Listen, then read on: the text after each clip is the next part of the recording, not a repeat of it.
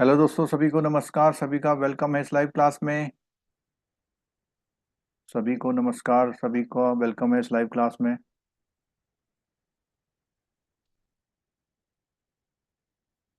चलिए दोस्तों, तो हम लोग जो है हमारा बीएफएम का जो पेपर है, हमारा जो बीएफएम का पेपर है वो हमारा बीएफएम का पेपर बिल्कुल समझ लीजिए कि ऐसे स्ट्रेटेजिक पॉइंट पर फंस गया है जहां पर हमको एक पेपर बीएफएम और दूसरा पेपर बीएफएम एबीएफएम, तो दोनों पेपर का बैलेंस करना है। बीएफएम का जो पेपर है वो बहुत ही टेक्निकल पेपर माना जाता है। तो बीएफएम के पेपर के लिए हमें प्रॉपर प्रिपरेशन जो है हमको यहाँ पर करनी पड़ेगी। तो जो बचे हुए दिन है कैसे उसको स्ट्रेटजाइज करें, तो मैं आज आपके लिए लेके आया हूँ कि कौन कौन से वो टॉपिक हैं, कौन कौन से वो कॉन्सेप्ट हैं जिनको करे बिना अगर आप एग्जाम देने जाते हैं तो मोस्ट मतलब ट्रबल में आप रहने वाले हैं। ठीक है, तो यहाँ पर which BFM concept you must know, कौन से वो बीएफएम के कॉन्सेप्ट हैं जो आपको जानने चाहिए इन लास्ट 7 दिनों में, और अपनी बेस्ट प्रिपरेशन करके, क्योंकि जो भी आज आपको सीख के जाएंगे, अगर उतने उतने क्वेश्चन भी सही कर लेते हैं आप, तो आपके चांसेस बन जाते हैं कि आप बेटर उसमें रह पाएंगे। ठीक है, तो उतने क्वेश्चंस आप बेटर उसमें कर पाएंगे। ठीक है दोस्तों, तो चलिए शुरू करते हैं।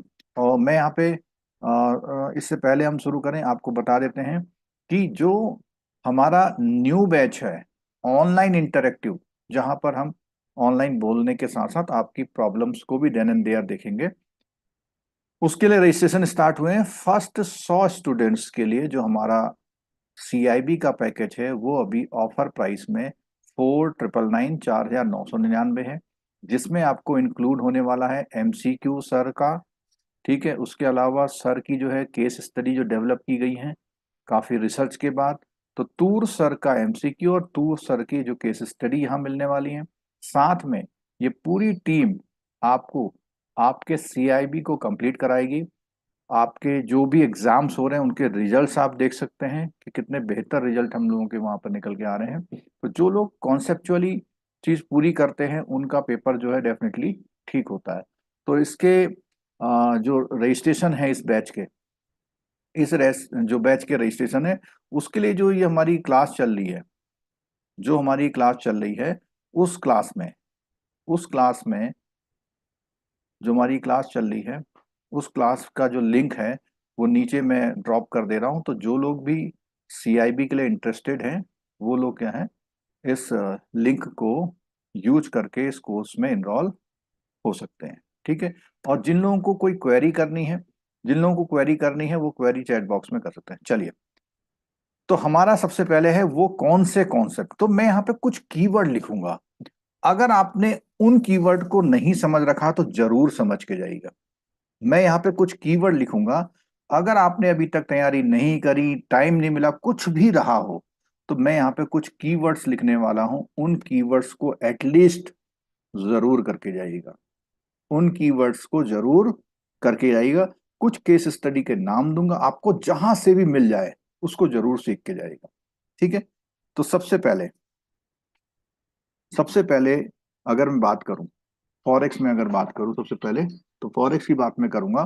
तो फॉरेक्स में आपको रेट कोटिंग सिस्टम, यानी रेट को कैसे रीड करते हैं, रेट कोटिंग सिस्टम, रेट किस किस तरह से कोट किया जाता है फॉरेक्स में, रेट कोटिंग सिस्टम। ठीक है, कितने तरह का होता है उसको देख लीजिएगा, उसमें से जरूर आपका कोई क्वेश्चंस बनेगा। और उसके साथ साथ फॉरेक्स के न्यूमेरिकल, ये मैं सब वो चीज बता रहा हूँ जो आधे घंटे 1-2 घंटे में आप काफी कुछ सीख सकते हैं आज भी। ठीक है, फॉरेक्स के न्यूमेरिकल्स, फॉरेक्स के न्यूमेरिकल्स आपको करने हैं। ठीक है, आपको जब हम बात करते हैं एनआरओ, एनआरई, ये जो अकाउंट्स हैं, देखो आपने जेआईबी में पढ़ा होगा एफसीएनआर, आरएफसी, इन अकाउंट्स के बारे में जरूर पढ़ के जाइएगा। इसमें से सीधे सीधे आपको जो है केस स्टडी मिलने वाली है, आरएफसीडी और इसके अलावा आपका नॉस्ट्रो, वॉस्ट्रो और लोरो अकाउंट, इसको मैंने थोड़ा शॉर्ट में लिख दिया, टाइम ज़्यादा ना लगे। और आपका एस एन आर आर, और उसके अलावा आपका ई एफ सी अकाउंट हो गया। ई एफ सी अकाउंट के बाद ओवरसीज फॉरेन करेंसी अकाउंट हो गया, और डायमंड डॉलर अकाउंट। इसको जरूर, ये कीवर्ड है। आप एनआरओ खोलिए, एनआरओ के बारे में जान लीजिए, एनआरई खोलिए, ठीक है। इसकी केस स्टडी जरूर करिए, ठीक है। फैसिलिटी में अगर हम बात करेंगे तो फैक्टरिंग जरूर पढ़ के जाएगा, 1 या 2 मार्क्स आपको मिलने वाले हैं इससे। फैक्टरिंग फोर फिटिंग, ठीक है। सप्लायर्स क्रेडिट और बायर्स क्रेडिट में एक क्वेश्चन मिलता है अक्सर। सप्लायर्स क्रेडिट और बायर्स क्रेडिट, ये जो कीवर्ड लिख रहे हैं हम आपको, इन कीवर्ड को जरूर पढ़ना है आपने।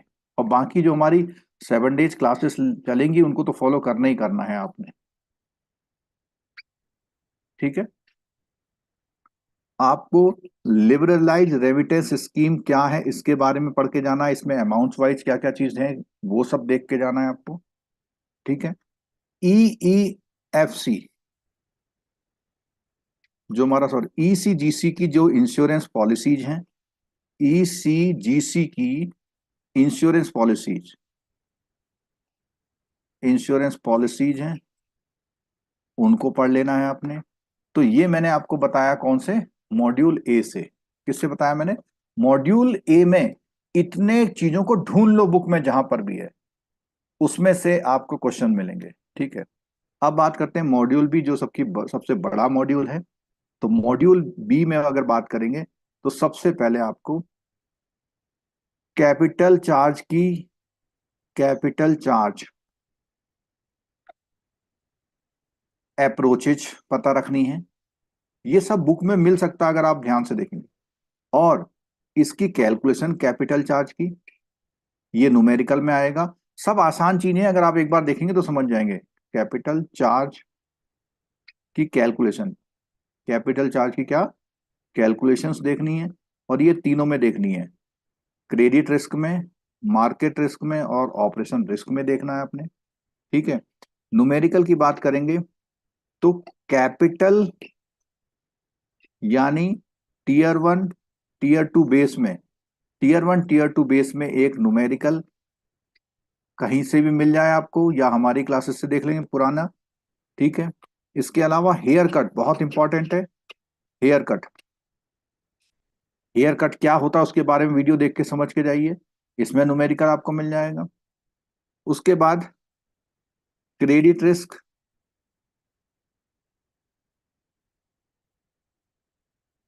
एनपीए के बेसिस में कैपिटल रिक्वायरमेंट, कि अगर मान लिया हमारा जो लोन है एनपीए हो गया है, तो उसमें कितनी कैपिटल किस किस कैटेगरी में चाहिए होती है। अगर हम मार्केट रिस्क की बात करें तो वैल्यू एट रिस्क, ये न्यूमेरिकल है, ये न्यूमेरिकल है, वैल्यू एट रिस्क है आपका, बीपीवी है, ये दोनों न्यूमेरिकल्स में आएंगे। इन दोनों के न्यूमेरिकल्स जरूर देख लीजिएगा आपको जहां से मिल पाए, वॉलेटिलिटी से रिलेटेड, ठीक है। ऑपरेशन रिस्क में बहुत सिंपल सा क्वेश्चन आता है, बीटा फैक्टर अल्फा फैक्टर वाला, अल्फा बीटा फैक्टर वाला, ठीक है। बेसिकली ये कवर होता है यहाँ पे, कैपिटल चार्ज में कवर हो जाता है, और ये मार्केट रिस्क में कवर हो जाता है यहाँ पे, ठीक है। मार्केट रिस्क में एक न्यूमेरिकल है हॉरिजॉन्टल और वर्टिकल डिसअलाउंस वाला, हॉरिजॉन्टल एंड वर्टिकल डिसअलाउंस वाला है। आप लोगों को ढूंढना है, ये कहीं से भी जहां से मिल जाए इसको पढ़ के जाना है। तो ये इंपॉर्टेंट कैटेगरी के जो मैं बातें बता रहा हूं, ठीक है। इसके अलावा लिक्विडिटी का, लिक्विडिटी में आपका जो है एलसीआर क्या होता है इसको देखना है, ठीक है। और एक चीज मैं थोड़ा बेसिल में और बता दूं, CCF और ट्रिपल सी बी, ठीक है। ये CCF और CCC, ये जरूर आपको देख के जाना है, ये जरूर देख के जाना है, आपका सीधे सीधा 1 मार्क्स आपको मिल जाएगा। और अगर आप इसको चैप्टर को देखेंगे, इस चीज को पढ़ेंगे, तो 1 घंटे में ये बिल्कुल 1 नंबर आपका पक्का करेगा। ठीक है। लिक्विडिटी कवरेज रेशियो, इसमें आपको HQLA को समझना है, मोटा मोटा बता रहा हूं मैं। ठीक है, HQLA को समझना, LSFR समझना है। ठीक है। और आपका यहाँ पे हो गया,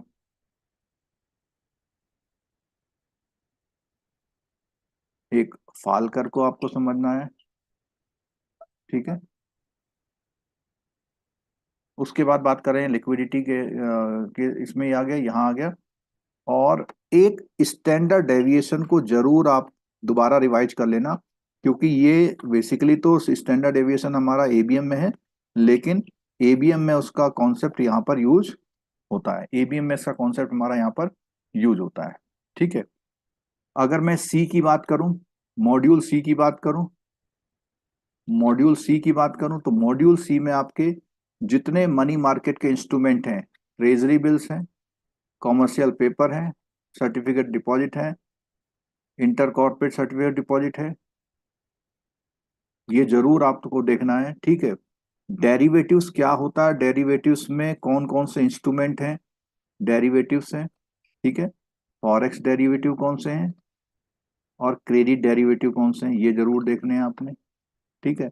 ऑप्शंस, कॉल और पुट ऑप्शन से रिलेटेड न्यूमेरिकल्स देखने हैं, न्यूमेरिकल्स देखने हैं आपने। ठीक है। और आपका ऑल्को का फंक्शन देखना है, इतना देखना है। ठीक है। बेसेल में अगर एक बात और बताऊं मैं आपको, बेसेल में आपको बेसेल में आपको ऑर्गेनाइजेशनल स्ट्रक्चर देखना, इसमें से 2-3 मार्क्स आपको मिल जाएंगे कि बेसेल को रिस्क को मैनेज करने के लिए ऑर्गेनाइजेशनल स्ट्रक्चर क्या रखते हैं बैंक, और उनकी रिस्पॉन्सिबिलिटी क्या होती है, ऑर्गेनाइजेशनल स्ट्रक्चर कैसा होता है, और हर डिपार्टमेंट की कमेटी या डिपार्टमेंट होते हैं, उनकी रिस्पॉन्सिबिलिटी क्या होती है।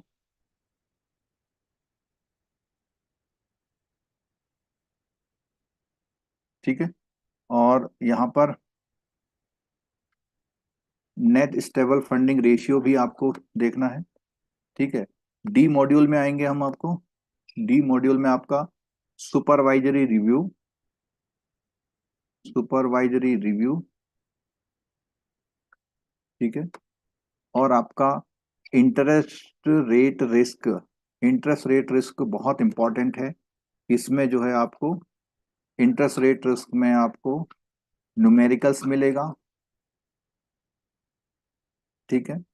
और एक modified duration gap, MD gap का लास्ट यूनिट में न्यूमेरिकल है।